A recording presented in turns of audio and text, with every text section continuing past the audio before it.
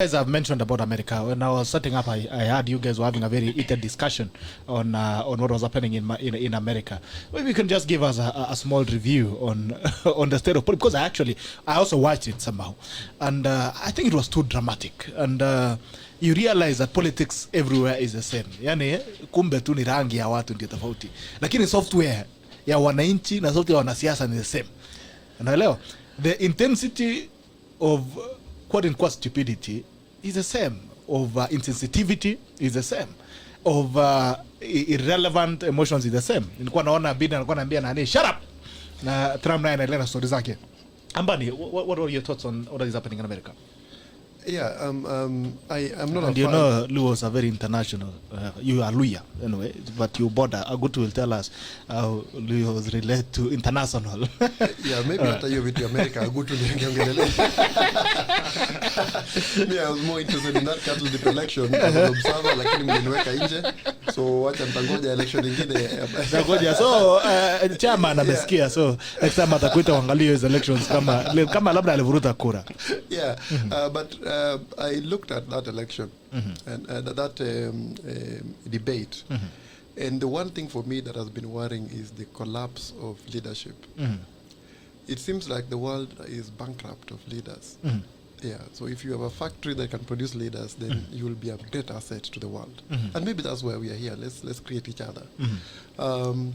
Growing up at a time when Bill Clinton was a president, when I began following politics properly, I followed Clinton elections, the debates around that time. And I thought Bush was an anticlimax. I actually thought Bush was the lowest, George Bush, the lowest any country could go to.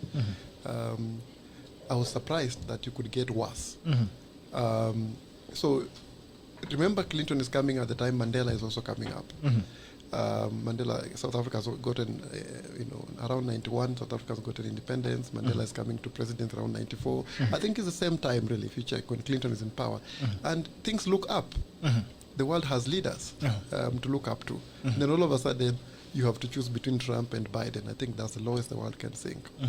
We always remember, to America, for example, of how best we can get, for good example in democracy in the past. Now I no longer do that. I'm grown up. But at least it would have helped when the major powers also have a leader that values great things like equality, human rights, women's rights, But at the moment, I think the debate just left me thinking, wow, the world is in a bad place. Interesting. Yeah. Indeed, I followed. I woke up early in the morning to follow the debate, largely because my area of specialization is governance, and when you have an interest in an area, anything happening in that area becomes a business. So I woke up to follow the debate. I made a post on it that it was a difficult debate because I didn't know that it was a debate or a shouting match. I saw more of a shouting match where all rules of engagement were thrown out of the window, and I remained very sympathetic of the moderator. He is in my prayers as we speak now. He is in my prayers because I doubt that he has recovered from the trauma of that experience, and on his deathbed, on the epitaph, something may be written around his experience in this debate. Whether he would volunteer to moderate another debate, even a primary school debate, I do not know. I think the experiences he carries from this were tragic. Something caught my eye that a sitting president somewhere in the world believes that he may be rigged out of the elections by an opposition. I'm trying to study how that possibly happens.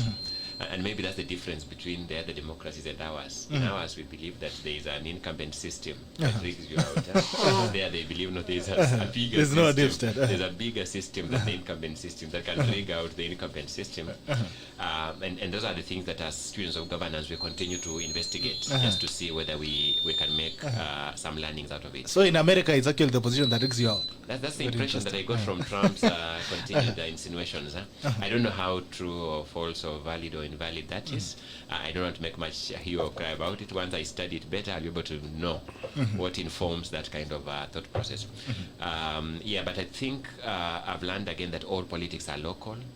from that. And somebody told me many years ago that, why do you bother about politics? I'm not a politician myself. I view politics from outside of it. But somebody told me that, no, all politics as I see it is just the art of convincing the masses that your most selfish interests are actually public interests. And if you can succeed in doing that, then you are a politician.